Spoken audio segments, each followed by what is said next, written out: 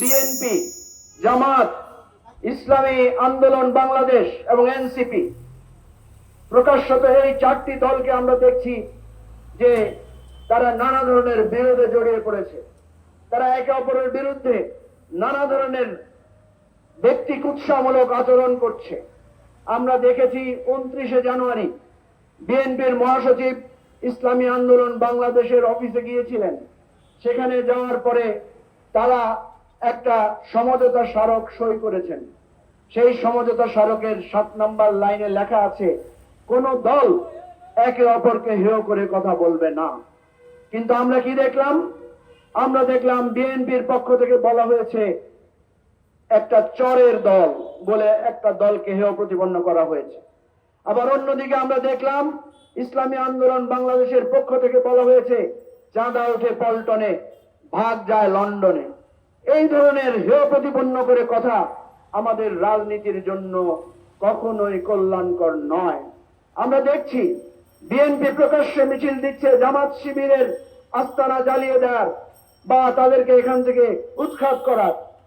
আবার একইভাবে আমরা দেখছি জামাত শিবিরের পক্ষ থেকে নানা ধরনের বিএনপিকে উদ্দেশ্য করে চাঁদাবাজ, দখলবাজ ইত্যাদি বলে কটূক্তি করার জন্য।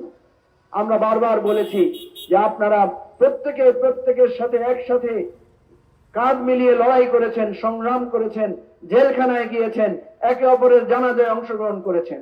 আজকে কেন হঠাৎ করে একজন আরেকজনকে চাঁদাবাজ বা রাজাকার বলে গালি দিচ্ছেন? এর একমাত্র কারণ আপনারা ক্ষমতার দ্বন্দ্বে জড়াচ্ছেন, ক্ষমতাকে মুখ্য মনে করছেন।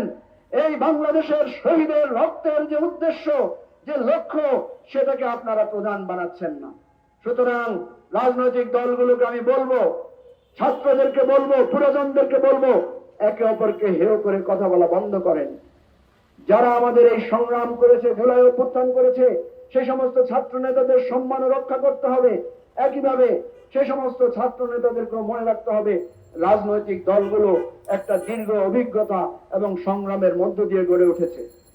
আপনারা যেভাবে আমাদের আইন শৃঙ্খলা রক্ষাকারী বাহিনী এবং সেনাবাহিনীর ব্যাপারে কথা বলেছেন, কিন্তু আবার যখন দেখা যায় আপনারা বিপদে পড়ে আইন শৃঙ্খলা রক্ষাকারী বাহিনীর কাছে আশ্রয় নিচ্ছেন কিংবা সেনাবাহিনীর এপিসির মধ্যে গিয়ে আপনারা আশ্রয় নিচ্ছেন, তখন নিশ্চয়ই আপনাদেরকে মানুষ জিজ্ঞেস করবে যে আপনাদের আগের কথা এবং পরের কথার মধ্যে কোনো সংঘর্ষ আছে কিনা, কোনো বৈপরীত্য আছে কিনা।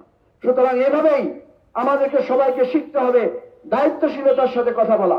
এভাবেই আমাদের সবাইকে শিখতে হবে সব সময় আমার দিন একরকম যাবে না। যেমনি ভাবে আমার ইতিবাচক দিন যাবে, তেমনি ভাবে প্রতিকূল পরিস্থিতিও আমার আসতে পারে। সুতরাং যতটুকু দায়িত্বশীলতার সাথে রাজনৈতিক চর্চা করা, এটাই আমাদের কর্তব্য। সে আহ্বান আমরা আজকে এই কফিন মিছিল থেকে রাখছি।